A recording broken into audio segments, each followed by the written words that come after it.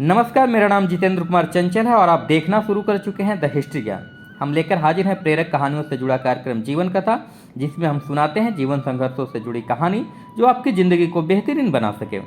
अगर जीवन में समस्याएं हैं तो उसका समाधान भी जरूर होगा, बशर्ते यह जरूरी है कि हम उस समस्या के निदान के उपाय और वह समस्या को शांतिपूर्वक अवलोकन करें। कोई भी समस्या तुम्हारे मन और अस्तित्व से बढ़कर नहीं हो सकता।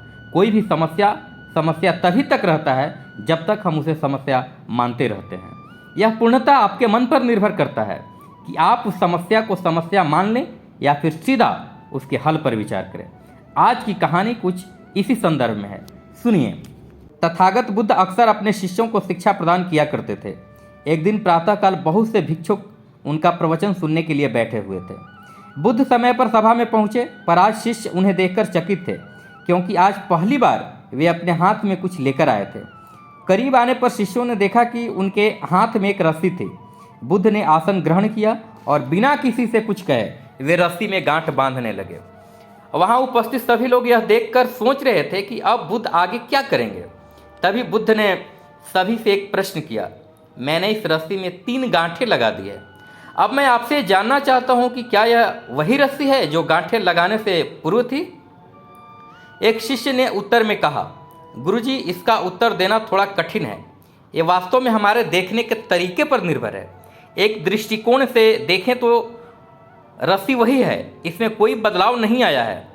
दूसरी तरफ से देखें तो अब इसमें 3 गांठें लगी हुई है जो पहले नहीं थी, अतः इसे बदला हुआ कह सकते हैं।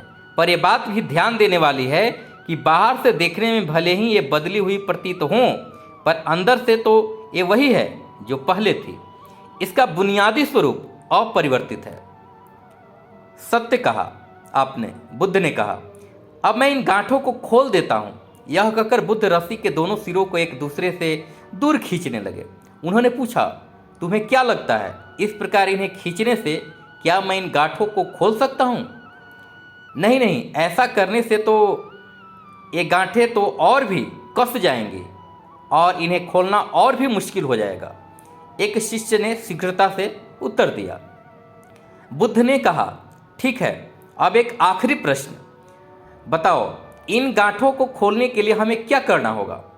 शिष्य बोला, इसके लिए हमें इन गांठों को गौर से देखना होगा ताकि हम जान सके कि इन्हें कैसे लगाया गया था और फिर हम इन्हें खोलने का प्रयास कर सकते हैं।